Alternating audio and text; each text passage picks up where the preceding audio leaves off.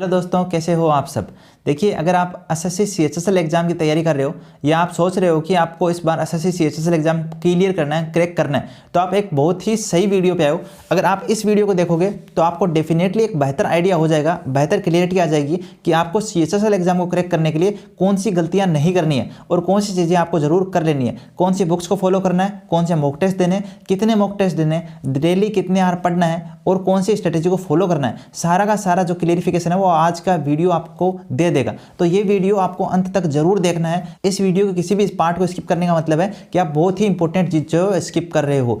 मेरा नाम है गणेश सैनी और एसएससी सीएचएसएल 2019 से मैं सिलेक्टेड हूं और करंटली एसएससी सीजीएल 2020 से मेरा सिलेक्शन हो चुका है 46 ग्रेड पे पोस्ट पे एएसओ सीएसएस। तो जो मैं बता रहा हूं वो चीज़ें मेरे एक्सपीरियंस पे बेस्ड है, मैंने खुद ने सिलेक्शन लिया है और मैं आपको अब बता रहा हूं कि यार आप ये चीज़ें करना ताकि आपका भी सिलेक्शन हो, आप कहीं 1-2 नंबर से रह ना जाओ। आपको सारी की सारी चीज़ें बहुत यूजफुल इस वीडियो में मिलने वाली है, तो आपके लिए वीडियो बहुत ही शानदार होगा। अगर चैनल पर नए हो तो चैनल को सब्सक्राइब कर लेना, क्योंकि इससे भी बहुत अच्छे वीडियो हम आगे लाते रहेंगे। इसके लिए बहुत अच्छे वीडियोज़ चैनल पर आते रहते हैं, तो चैनल को जरूर सब्सक्राइब कर लेना, बेल आइकन को प्रेस कर लेना। अब देखिए चलते हैं आज की। सबसे पहले हम बात करते हैं सब्जेक्ट वाइज स्ट्रेटेजी। सबसे पहले अगर बात करें इंग्लिश सब्जेक्ट की, तो देखिए इंग्लिश सब्जेक्ट में 3 पोर्शन होते हैं। एक होता है आपके कंसेप्ट ग्रामर, दूसरी होती है वोकेबलरी और तीसरा होता है कॉम्प्रिहेंशन पार्ट। तो तीनों पार्ट आपको कहाँ से पढ़ने हैं, सारे सोर्स हम आज बताएंगे आपको। पहले अगर बात करते हैं हम ग्रामर की, तो देखिए ग्रामर के जो कंसेप्ट है, अगर आप अभी किसी टीचर को फॉलो कर रहे हो, अगर आप किसी टीचर के अभी क्लासेस के नोट्स बना चुके हो, तो आपको उसी नोट्स को, उसी जो आपके पास जो है आपके पास सोर्स है, उसी सोर्स को आपको क्या करना है, बार बार रिविजन करना है। उसी सोर्स को आप स्टिक रहो, उसी सोर्स पर आप फिक्स रहो कि मेरे को ये सोर्स जो है बार बार फॉलो करना है। तो उसी जो आपने नोट्स बना रखे हैं उसको बार बार आप पढ़ने की कोशिश करो ग्रामर के लिए। अगर आपने कोई भी अभी तक ग्रामर कहीं से नहीं बनाया, नोट्स नहीं बनाए हैं, या आपको कन्फ्यूज हो कि कहाँ से पढ़ना है ग्रामर को, तो नीतू सिंह वाली जो बुक है वो बहुत ही यूजफुल है। आप उस बुक को जरूर पढ़ो ग्रामर के लिए। उसमें जो है आपको सबसे पहले टॉपिक वाइज कंसेप्ट दे रखे हैं और उसके बाद हर टॉपिक के पीछे जो है आपको प्लेंटी ऑफ नंबर्स जो क्वेश्चन है वो मिल जाएंगे प्रैक्टिस के लिए। तो अगर आपको ग्रामर पढ़नी है तो आप नीतू सिंह वाली बुक को जरूर फॉलो करें। वोकेबलरी के लिए आपको जो है जो ब्लैक बुक आती है, देखिए मैं आपको दिखाता हूँ, ये ब्लैक बुक है। ये ब्लैक बुक आप जरूर परचेज कर लें, क्योंकि एसएससी की अभी जो करंट सिनेरियो है उसमें ब्लैक बुक जो है वोकेबलरी के लिए सबसे बेस्ट बुक है। इस बुक को अगर आप पढ़ लेते हो, देखिए इसमें कौन सा पार्ट पढ़ना है ये भी मैं आपको बता देता हूँ। इसमें सिनोनियम्स, एंटोनियम्स, वन वर्ड और ईडियम फ्रेजेस, ये 4 टॉपिक शुरू में दिए हुए हैं। उसके बाद में जो है वो न्यूज़पेपर वोकेबलरी या जो स्पेशल वर्ड्स वगैरह दे रखे हैं, तो आप उन चीज़ों को जो है स्किप कर सकते हो। शुरू के 4 टॉपिक आप इस बुक में से पढ़ो और उन्हीं को आप बार बार रिवाइज करो। आपका जो है वोकेबलरी का कोई क्वेश्चन गलत नहीं होगा एग्जाम में, क्योंकि जो इतना भी इसमें वोकेबलरी है वो सारा प्रीवियस ईयर बेस्ड है और यही क्वेश्चन जो बार बार आपको रिपीट दिखते हुए मिलेंगे आपके एग्जाम में। तो आप इस बुक को वोकेबलरी के लिए जरूर फॉलो कर सकते हो। ये मैंने भी एक्सपीरियंस किया है, इस बुक को मैंने भी फॉलो किया था और मेरे को बहुत अच्छा रिजल्ट मिला है, इसलिए मैं इस बुक को आपको रिकमेंड कर रहा हूँ। अब तीसरी बुक प्रैक्टिस के लिए, जो कॉम्प्रिहेंसिव पार्ट में भी काम आ जाए और प्रैक्टिस भी हो जाए, जिसमें सिनोनियम्स की भी प्रैक्टिस हो जाए, बाकी वोकेबलरी की भी प्रैक्टिस हो जाए और आपके जो ग्रामर है उसकी भी प्रैक्टिस हो जाए, error detection, improvement, fill in the blanks वगैरह भी सारा प्रैक्टिस हो जाए। तो उसके लिए जो आपको बुक है वो लेनी है ये जो पिनेकल की जो इंग्लिश टीसीएस एमसीक्यू की बुक है, ये आप लेके आओ। 7600 टीसीएस एमसीक्यू के नाम से पिनेकल की ये बुक आती है और बेस्ट बुक है अभी के लिए। लेटेस्ट जितने भी एग्जाम है सारे के सारे आपको इसमें से एमसीक्यू जो है मिल जाते हैं, तो आप इनको प्रैक्टिस कर सकते हो इस बुक में से। साथ ही साथ इसमें कॉम्प्रिहेंशन पार्ट जो वो भी सारा इंक्लूड है, तो आप डेली जो है आप इसमें से कॉम्प्रिहेंशन पार्ट की प्रैक्टिस भी कर सकते हो। अब देखिए, यही कहूँगा कि आप कितना टारगेट लेके चलोगे एक दिन में कि मैं इंग्लिश में इतना कर लूँ, तो आपको ये सोचना है कि जैसे आपने अगर ग्रामर पहले रिवाइज नहीं कर रखी, तो आपको क्या करना है, आपको 4 दिन या 3 दिन डिसाइड करना है कि मेरे को 3 दिन में एक टॉपिक जो है कंसेप्ट वाला कंप्लीट करना है और 2 दिन में मेरे को क्वेश्चन करना है। तो 5 दिन में आप एक टॉपिक को जो है कंप्लीट करो ग्रामर का। और इसी प्रकार वोकेबलरी जो है उसमें आप डेली 100 वर्ड्स या अपनी कैपेसिटी के अनुसार 70 वर्ड्स टू 100 वर्ड्स आप जो है फिक्स करके रखो कि मेरे को यार इतना डेली करना है सीएचएसएल एग्जाम अगर मेरे को क्रैक करनी है तो डेली 70 टू 100 वर्ड्स का टारगेट लेके चलो वोकेबलरी के। और ग्रामर में जो है वो आपको 3, 4, 5 दिन जितना भी आपकी कैपेसिटी है उस हिसाब से डिसाइड कर लो कि टॉपिक जो है वो कंप्लीट करना है। अगर प्रैक्टिस की बात करें तो उसमें कॉम्प्रिहेंशन पार्ट को आपको डेली अपने रूटीन में जरूर रखना है, क्योंकि कॉम्प्रिहेंशन पार्ट जो है वो इंपॉर्टेंट रोल प्ले करेगा मेंस में भी। तो आपको कॉम्प्रिहेंशन पार्ट को अच्छा बनाने के लिए क्या करना है, डेली आपको 5 से 10 जो है वो PQRS पैराजंबल जो है वो भी करने। साथ ही साथ आपको जो है 2 से 3 क्लोज टेस्ट डेली प्रैक्टिस में लाइए, प्लस एक पैसेज। ये 3 चीज़ें कीजिए डेली पिनेकल वाली बुक से। वोकेबलरी बुक जो ब्लैक बुक है उसमें से आप डेली जो है 70 टू 100 वर्ड्स कीजिए। और जो ग्रामर कंसेप्ट वाली बुक है उसमें से आप क्या कीजिए कि 4-5 दिन में एक टॉपिक डिसाइड कर लीजिए कि मेरे को ये टॉपिक पूरा करना है।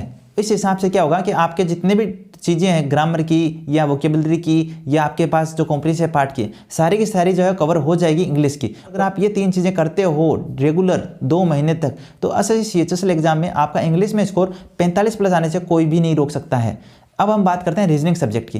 देखिए रीजनिंग सब्जेक्ट में आपका अभी टारगेट यही होना चाहिए कि 5 टॉपिक जो coding, decoding, series, classification, analogy और जो मिसिंग नंबर है, ये 5 टॉपिक पर आपकी अच्छी बढ़त होनी चाहिए, अच्छी पकड़ होनी चाहिए। और उसके लिए आपको कौन सी बुक को फॉलो करना है, तो आप पिनेकल वाली बुक ले आइए या किरण वाली बुक ले आइए या कोई भी PYP बुक, कोई भी TCS MCQ की बुक रीजनिंग की आप ले आइए और उसमें से डेली जो है इन 5 टॉपिक के 5-5, 10-10 क्वेश्चन अपनी कैपेसिटी के अनुसार कीजिए।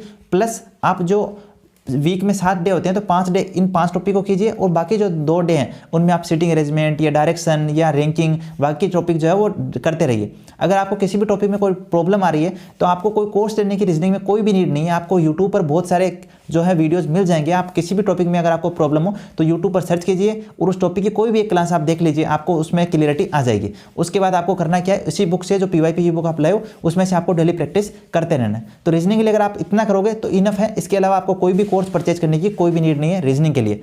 अब अगर बात करें देखिए मैथ्स के लिए, मैथ्स में अब देखिए 2 महीने में बहुत अच्छा करने के लिए आपको चाहिए एक सटीक रणनीति।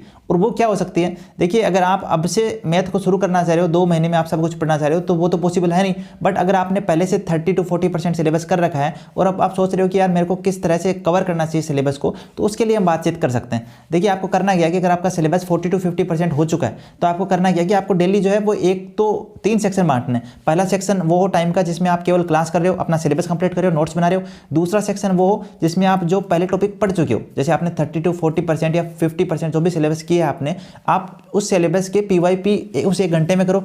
प्लस जो आपका तीसरा सेक्शन होना चाहिए वो होना चाहिए जिसमें आपने जो टॉपिक कर रखे हैं उस टॉपिक्स का आप अपने नोट्स के थ्रू रिवीजन कर रहे हो। तो 3 सेक्शन आप अपने मैथ्स के पोर्शन में बांटिए। पहला पोर्शन वो हो जिसमें आप अपना सिलेबस कवर कर रहे हो और नोट्स बना रहे हो। सेकंड पोर्शन वो हो जिसमें आप अपना जो PYQ है उनके 20, 30, 40, 50 जितना भी आपके पास टाइम है उस हिसाब से क्वेश्चन कर रहे हो। और तीसरा जो पोर्शन होना चाहिए वो आपका वो होना चाहिए जिसमें आप क्या कर रहे हो, जो नोट्स बना रखे हैं उसको रिवाइज कर रहे हो। तो 3 पोर्शन अगर आप मैथ्स के बना के चलते हो एसएससी CHSL एग्जाम के लिए 2 महीने तक, तो डेफिनेटली आपका जो मैथ्स है वो बेहतरीन हो जाएगा। अगर आपका अभी तक 50% सिलेबस भी हुआ है, पर अगर आप इस स्ट्रेटेजी से चलते हो मैथ्स के लिए तो डेफिनेटली 2 महीने बाद आपका मैथ्स जो है वो 40 प्लस स्कोर आपको देगा, ये मेरी गारंटी है। बट अगर आप इस तरह से चीज़ों को करते हो, देखिए मैंने इन चीज़ों को किया है तो मैं आपको अच्छे से बता रहा हूँ। और अगर आप इन चीज़ों को जो भी फॉलो करेगा वो डेफिनेटली रिजल्ट देखेगा। जब एग्जाम होगा तो डेफिनेटली एग्जाम से पहले जब मॉक टेस्ट वगैरह देगा तब भी उसको डिफरेंस पता लगने लग जाएगा। तो अभी से आपको क्या करना है, आपको ये स्ट्रेटेजी नहीं रखनी है कि यार मैं पहले सिलेबस निपटा लेता हूँ फिर मैं PYQ कर लूँगा, नोट्स का रिवीजन लास्ट वाले दिनों में कर लूँगा। तो ये चीज़ कभी भी नहीं करनी है। आपको क्या करना है, अभी से तीनों चीज़ों को साथ में रखना है। आपके 3 पोर्शन हो, चाहे वो 1-1 घंटे के हो, चाहे आधे घंटे के हो, बट तीनों पोर्शन आपके साथ होने चाहिए। पहला पोर्शन आपकी क्लास चल रही हो, सेकंड पोर्शन जो है वो आपके PYQ हो रहे हो, थर्ड पोर्शन जो आपने कर रखा है उसका रिवीजन चल रहा हो। तो तीनों पोर्शन आपको साथ में रखने हैं मैथ्स के लिए। अब देखिए बात कर लेते हैं मैथ्स कौन सी बुक से करनी है। तो आपको नोट्स वगैरह अगर आप बना रहे हो, किसी टीचर को अगर आपने फॉलो कर रखा है और अगर नहीं कर रखा तो मैं बता देता हूँ, विनय सर जो है वो अपना जो पूरा कोर्स है वो यूट्यूब पर फ्री पढ़ाते हैं। तो आप कोई भी टॉपिक जो भी आपने नहीं पढ़ रखा वो यूट्यूब पर उनका टॉपिक पढ़ सकते हैं। आपको पूरा का पूरा टॉपिक जो है वहाँ से मिल जाएगा। बहुत अच्छे वे में उन्होंने सारे टॉपिक करवाए कवर। तो आप वहाँ से अपने नोट्स बना लीजिए, टॉपिक पढ़ लीजिए। और अगर आपने मान लो टॉपिक्स पढ़ रखे हैं तो आपको PYP कौन सी बुक से करना चाहिए। तो देखिए ये जो बुक है पिनेकल के TCS MCQ की बुक है मैथ्स की, इस बुक को आप फॉलो कर सकते हैं अपनी प्रैक्टिस के लिए। और अगर आपके पास किरण या राकेश यादव सर की बुक है तो आप उसको भी रख सकते हैं TCS MCQ की अगर वो बुक है तो उनसे आप डेली प्रैक्टिस कीजिए और प्लस आपको जो नोट्स आपने बना रखे हैं उनका रिवीजन कीजिए। तो हमने बुक्स की भी बात कर ली, मैथ्स के लिए आपको कौन सी बुक को फॉलो करना चाहिए। अब हम बात करते हैं जीके के लिए। देखिए जीके में 2 सोर्स आपके पास होने चाहिए। पहला सोर्स होना चाहिए थ्योरी के लिए और दूसरा सोर्स होना चाहिए PY की बुक के लिए। तो थ्योरी जो है वो आप लुसेंट वाली बुक से या मनोहर पांडे की अगर आपके पास बुक है, इन दोनों में से कोई भी एक बुक जो आप प्रेफर करना चाहें जिससे भी आपको समझ में आए वो बुक फॉलो कीजिए थ्योरी के लिए। प्लस आपको चाहिए एक PYP बुक, और PYP बुक जो है वो आप जैसा कि मैं बताता हूँ बार बार, आप पिनेकल वाली बुक भी फॉलो कर सकते हैं। कोई भी TCS MCQ जैसे किरण की बुक या कोई भी ऐसी बुक जो घटना चक्र हो या कोई भी बुक जो आपके पास है, बट उसमें लेटेस्ट TCS MCQ होने चाहिए। ये ध्यान में रखना कि उसमें प्रीवियस ईयर बेस्ड ही वो बुक होने चाहिए और प्रीवियस ईयर के सारे उसमें जो क्वेश्चन है वो होने चाहिए। तो आप उस बुक को फॉलो कर सकते हो।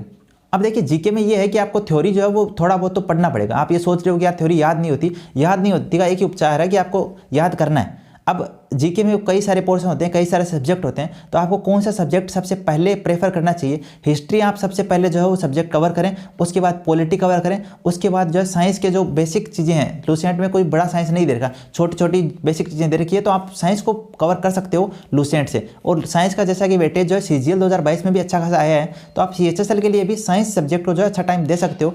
तो हिस्ट्री, पॉलिटी और आपका जो साइंस है वो आप सबसे पहले कवर करो, और ज्योग्राफी और जो इकोनॉमिक्स है वो आप बाद के लिए छोड़ सकते हो। प्लस आपको स्टैटिक जीके अच्छा रखना है अपना, और स्टैटिक जीके जो है आपको ये टारगेट रखना है कि डेली जो है मैं 2 दिन में या 3 दिन में एक टॉपिक कंप्लीट करूं। जब आप 2 महीने तक इस तरह से 2 या 3 दिन में एक टॉपिक कंप्लीट करते जाओगे तो आपके जो सारे अंत में टॉपिक है वो स्टैटिक जीके के भी कवर हो जाएंगे। और मैं ये कहूँगा कि जो भी आप स्टैटिक जीके के टॉपिक अभी कवर कर रहे हो उनके आप क्या करते रहो, साथ में नोट्स बनाते रहो। उससे क्या होगा कि लास्ट टाइम में आपको पता रहेगा कि यार मैंने स्टैटिक जीके में क्या पढ़ा है और मेरे को क्या रिवाइज करना है। ठीक है, तो ये चीज़ें अगर आप करोगे स्टैटिक जीके के लिए तो आपके लिए बहुत ही लाभदायक होगी।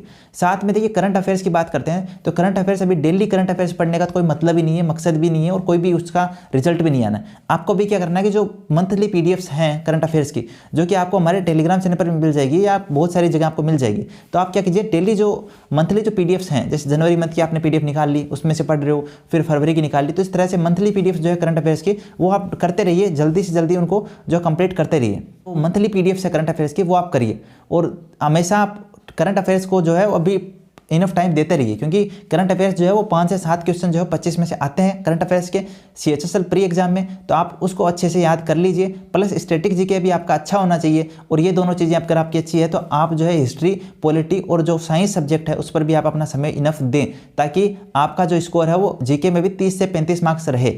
ठीक है, अब हम बात कर लेते हैं, देखिए कि हमें करना कहाँ से है स्टैटिक जीके। स्टैटिक जीके की कई सारी PDF हमने भी अपने चैनल पर शेयर की है, अगर आप वहाँ से करना चाहो तो वहाँ से कर सकते हो। बट अगर आपको ये लगता है कि नहीं यार मेरे को याद नहीं होता स्टैटिक जीके से, तो आप जो है कई सारे चैनल आपको यूट्यूब पर मिल जाएंगे, जैसे SSC क्रैकर्स चैनल है, या और भी कई चैनल है जिन पर आपको स्टैटिक जीके जो है वो कई सारी जो प्रैक्टिस क्लास है वो मिल जाएगी, तो आप वहाँ जाकर भी अपनी प्रैक्टिस जो है कर सकते हो स्टैटिक जीके की। अब करंट अफेयर्स की बात करें तो करंट अफेयर्स आप किसी भी एक PDF जो कि मंथली हो उसको फॉलो कर सकते हो। और PYP की बात करें कि PYP कौन सी बुक से करना है, तो आप पिनेकल या किरण या घटनाचक्र कोई सी भी बुक को फॉलो कर सकते हो। थ्योरी के लिए आप लूसेंट वाली बुक को जो है फॉलो करें, वो आपके लिए बहुत बेनिफिशियल होगी। और अगर लूसेंट से आपको बोरिंग लगता है तो आप जो मनोहर पांडे वाली बुक है उसको फॉलो कर सकते हैं जीके के लिए। अब हमने बात कर ली है सब्जेक्ट वाइज सारी चीज़ों की कि हमें कौन सी सब्जेक्ट जो है किस बुक से पढ़नी है और कितना हमें जो पोर्शन में बांटना है, कौन सी स्ट्रेटेजी रखनी है, ये हमने बात की। अब देखिए बात करते हैं मॉक टेस्ट की। तो मॉक टेस्ट जो है वो आपके लिए बहुत एसेंशियल है। अगर आपका अभी 50% सिलेबस कंप्लीट हो चुका है तो आप अभी से जो है वीक में 3 मॉक टेस्ट देने का टारगेट जरूर रखना। प्रीवियस ईयर के जो मॉक टेस्ट है वो आप देना, न्यू मॉक टेस्ट मत देना, क्योंकि जो प्रीवियस ईयर मॉक टेस्ट है वो आपको बेहतर आइडिया देंगे कि प्रीवियस ईयर में क्वेश्चन कैसे आते हैं, कौन से क्वेश्चन रेलिवेंट होते हैं, कौन सी चीज़ें आपको अभी करंट सिनेरियो में नहीं आ रही, कौन सी चीज़ें आपको पढ़नी चाहिए, वगैरह वगैरह चीज़ें जो है आपके समझ में आएगी। तो आपको क्या करना है कि जो प्रीवियस ईयर के जो मॉक टेस्ट हैं वही देने, और शुरू करना है CHSL 2020 से, उसके बाद CHSL 2021 के मॉक टेस्ट देना, और उसके बाद 19 के देना, क्योंकि 20 वाले आप दोगे तो उनमें अच्छे क्वेश्चन आए हुए हैं, तो आपको सबसे पहले कुछ अच्छी चीज़ें सीखने को मिलेगी, उसके बाद CHSL 2021 के आप मॉक टेस्ट दे सकते हो। तो आपको मॉक टेस्ट वीक में 3 मॉक टेस्ट जरूर देने का टारगेट रखना है। और अगर किसी का सिलेबस अभी तक कंप्लीट हो चुका है, जो कि रिपीटर्स हैं, उन्होंने CHSL 21 दे रखा है, 20 दे रखा है और अब CHSL 22 दे रहे हैं क्योंकि उनका पहले सिलेक्शन नहीं हुआ, तो वो भी जो है वीक में 5 मॉक टेस्ट जरूर दें, ताकि आपको एक बेहतर चीज़ें रिवाइज हो जाए, आपका स्पीड बन जाए, आपके सारे जो कंसेप्ट है वो क्लियर हो जाए। तो आपको वीक में 5 मॉक टेस्ट देने चाहिए। और जिनका अभी कोर्स सिलेबस आधा हुआ है या 70% ही हुआ है, वो वीक में 3 मॉक टेस्ट जरूर दें, ताकि आपको जो है सारी चीज़ें क्लियर रहे कि आपको गलतियाँ कहाँ हैं, आप कहाँ वीक हो और आपको कौन से टॉपिक्स अब दोबारा रिवाइज करने की जरूरत है। तो टेस्ट की स्ट्रेटेजी आपकी इस तरह भी सिलेबस के साथ और आपके मॉक टेस्ट के साथ एक एसेंशियल चीज़, एक ज़रूरी चीज़ ये होनी चाहिए कि आप डेली अपने कैलकुलेशन को 15 से 20 मिनट दो। आपको टेबल्स याद होने चाहिए और आपकी जो कैलकुलेशन है, चाहे वो एडिशन की हो या डिवाइड की हो, वो आपकी बहुत शानदार होनी चाहिए। क्योंकि करंट सिनेरियो में अगर किसी के पास जो कैलकुलेशन स्पीड नहीं है तो वो पीछे रह जाएगा। तो आपको कैलकुलेशन स्पीड को डेली टाइम देना है। प्लस न्यूज़पेपर रीडिंग जो है आपको कॉम्प्रिहेंशन पार्ट के लिए अच्छी करनी है, तो आपको न्यूज़पेपर रीडिंग करनी है, या आप जो है नोवेल वगैरह पढ़ रहे हो तो उसको प्रेफर करना है, ताकि आपका जो कॉम्प्रिहेंशन पार्ट है इंग्लिश में वो इंप्रूव हो, और आपका जो करंट अफेयर्स है वो आपको मंथली करना है। ये तीनों चीज़ें भी आपको बाकी चीज़ों के साथ ध्यान में रखनी है। तो यही था सब कुछ CHSL की स्ट्रेटेजी को लेके। सारी बुक्स हमने डिस्कस की, मॉक टेस्ट कितने देना है ये हमने ये डिस्कस किया, किस सब्जेक्ट में किस तरह से हमारी स्ट्रेटेजी होनी चाहिए हमने ये डिस्कस की। और बाकी आपके कोई भी क्वेश्चन होगा तो आप कमेंट सेक्शन में मेरे को पूछ सकते हो, मैं आपको जरूर रिप्लाई करूँगा। अब देखिए कमेंट सेक्शन में आप कमेंट तो करना, पर उससे पहले चैनल को सब्सक्राइब जरूर कर लेना, क्योंकि अगर आप सब्सक्राइब करते हो चैनल को तो हमें भी एक मोटिवेशन मिलेगा आपके रिप्लाई देने का, एक अच्छा टाइम आपको देने का। तो तो चैनल को सब्सक्राइब कर लेना अगर चैनल पर नए हो तो, और कमेंट करके आपके जितने भी डाउट हैं आप हमसे पूछ सकते हो। आपको अगर लगता है कि हमने कोई चीज़ मिस की है तो आप वो भी चीज़ पूछ सकते हो, हम उसको भी आगे आने वाले वीडियोज़ में ज़रूर कवर करने की कोशिश करेंगे। वीडियो कैसा लगा आप कमेंट करके ज़रूर बताना। And thank you, bye bye दोस्तों।